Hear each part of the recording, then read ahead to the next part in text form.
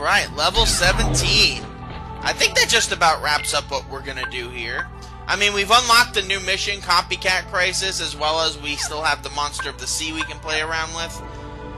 But I think we're pretty much done for what we're gonna do in the main portion of the Mirage Arena for this game. Or before we head to the post-game content. Because you can see there we have about 5, maybe 6 more matches in the Mirage Arena to go. And I have to play all the command board stuff on the side, so...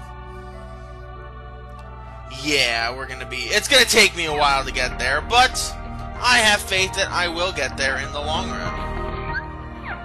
Slowly but surely, Terra will be made ready for the post-game. Aqua we really don't have to do much with, and Vem we don't have really much to do with, so... we can pretty much do whatever we want now. Even go and finish the game if we want. But there is something that I have neglected to mention.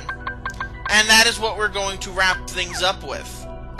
As you can see, as we open up the command board, once you unlock all of the command boards and you beat all the command boards, this new board, the secret board, will pop up. It is without a doubt the largest and most complicated board in the game, but if you know how to navigate it, it'll be worth it. And we're going to play a board here for 35,000 GP. All right. Pretty steep number there, all things considered, but who am I to judge? Who am I to judge at all? And I usually head to the left first, so I think I should head left first. Use Fire Dash. All right. Put that down and give it a little bit of a boost Ready? to it. The one tough part about this board is how big it is. Like, you can see there on the map in the corner, it is huge.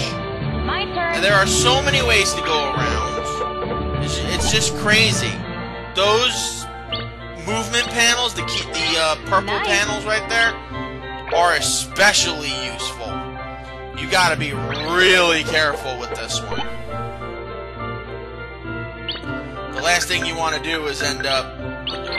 There we go. The last thing you want to end up doing is walking around this board the hard way, because the AI will certainly not do that.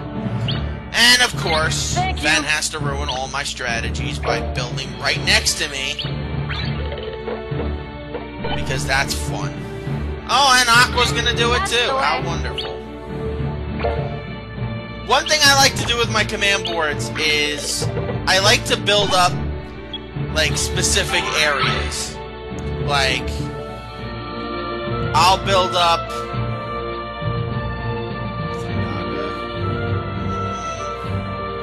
checkpoints or... No, we're gonna go there. I'm gonna build that up. I like to build a few successive panels together, so if you have, especially if it's near one of the checkpoints. There so, we go. as you can see, those will boost up in value, and if someone lands on it, well, they'll have to pay up a bit more, especially if they want to buy it away from me. Unfortunately, what tends to happen is that they'll roll just enough to avoid having to land on any of my properties. Thank you. Which is how Fortune Street works in real life, so... well, not in real life. The game Fortune Street works with me, so... I have thought about doing an LP for that.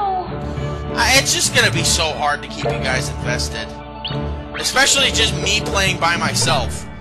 It would be absolutely brutal to have you guys just sitting there watching me basically play a more complicated version of Monopoly. Nice. Like, it wouldn't be fun, you know?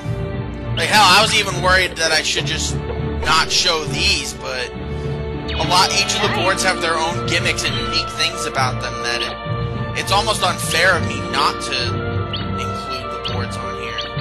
That's the way. And that's why I'm not doing, like, the full versions. I'm doing more of, like, a mid-tier version. Even though, technically speaking, it's sort of like Mario Party 1 and 2, where instead of it being a 20-turn game, it's like a 35-turn game. There we go. And that's literally what it is. The GP counts are 20, 35, and 50. as if the people at Nintendo are Mario Party fans. And if they are, I want my Kingdom Hearts Party. I don't want friggin' rhythm games. I want a Kingdom Hearts version of Mario Party. That would be amazing. Nice. Could you guys just, like, imagine? You could play as Sora, or Riku, or Kairi, or the duck, or the dog.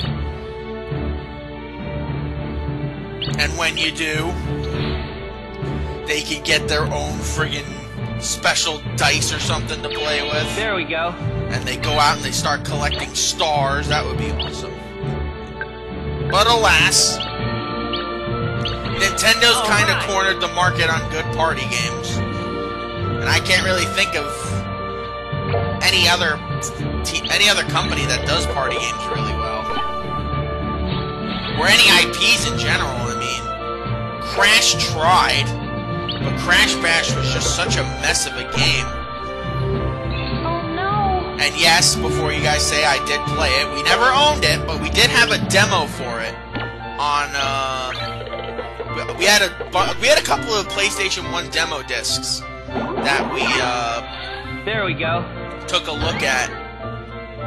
Oh, that we owned when we had a PlayStation, and one of the ones we owned was, one that had the demo for Crash Bash in it. And even though my sister and I did have fun playing the minigames, it just wasn't the same. It was just, like, kind of boring. Play the same minigame multiple times just to unlock things. Mario Party at least has the concept of it being fun at the same time. Crash Bash just didn't get that. Alright. I'm getting lucky with these gliders so far. Over to green. And look at where red is. Red is all the way out in the corner over there. It's ridiculous. Then again, they both are out in corners. And I think this is like a perfectly symmetrical board, so... Nah, is it? Nah, it doesn't look like it. 1, 2, 3, 4. Yeah, there's 4 of the those bad spaces over there. I can't think of the names. And there's 3 on the top, so it's not exactly symmetrical. Yeah. But hey, what you gonna do? And Ven, of course, gets a Joker card, which means he's gonna get the friggin' Joker's for, which means he's gonna get the panel capture, and it's gonna capture one of my panels, because of course it is. I know how this game works by now. Nice. It's just like Mario Party, and it's trying to screw me over. That's the way. Alright, so I have enough space so I can start building up over here, because over here is actually really good to build spaces around. And I didn't land on any of them. Alright, let's head this way. And I really want that panel, though. Well. Let's go over there and get the, let's go over there and get a GP boost. Or a checkpoint bonus, whatever. And hey, I got one too. Let's keep boosting these so I can make sure I don't lose them. Now, I may have mentioned this before, you can level up the panel as high as it can go if you want. The problem is the toll that they're gonna pay won't be nearly as high as if you level it up bit by bit by bit. So if you level up, say,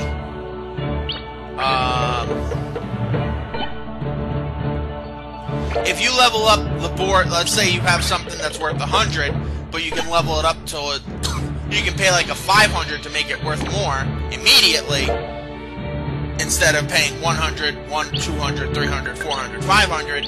How you like this? I wouldn't recommend doing that unless it's a space you really can't afford to lose. Like, it's something you really need to make sure you build properly, you know? And where are we headed? Down, down, down, down, down, down. Oh, going around in a circle. I may as well put there we one go. here. collision magnet.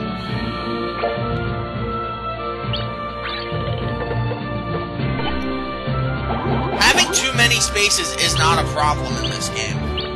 Thank you. It's a problem when it means you don't have like any money to throw around. But just remember that you always have to, once you get back to start, you get a ton of GP back. So if you've been worried about that, don't be. And hey, a valuable panel. I'll take that. I'll take a 1-2 if you want to let me land on that. And then is taking a very interesting route. Oh wait, he's confused. No, he's not confused. Me and Aqua are. I was gonna say, like... Nice. he's not the one confused. That's the way. Then he made a stupid. He made a stupid.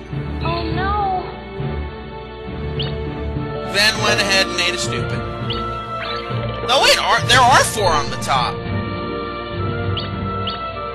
So it is even. This is a symmetrical board. I just realized that. Holy guacamole. There we go. Like, perfectly symmetrical, too. Alright, so 1, 2, 3, 4, 5. 1, 2, 3, 1, 2, 3, 4, 5, 6, 7, 8. So a 3 or a 5 will get me another, what's it call it? So hopefully I get a 3 or a 5. Otherwise, I might be in a bit of trouble. 2. Oh, that's not bad. Ooh, I can buy the evil board. I can buy the evil space. 666. Yes. Yeah, Ven is taking a very bizarre route to that star. Thank you. But hey, it might pay off for him. The AI does stupid things in this game all the time. Nice. And you never know if it'll pay off or not. Sorry about that. I mean, I know. Do you know?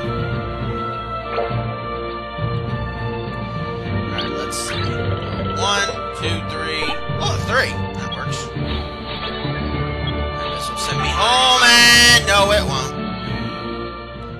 Captain Dark! Captain Dark, ready for action. He will take GP from you, or he will buy panels for a large amount more than they're actually worth. I'm in trouble. I am in a crap load of trouble.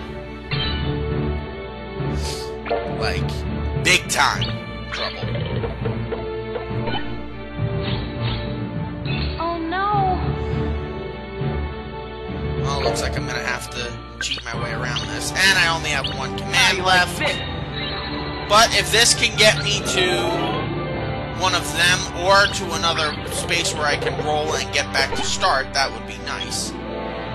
Not exactly, but I'll take it. That won't take me there. If I go this way, it'll take me back to my own spot.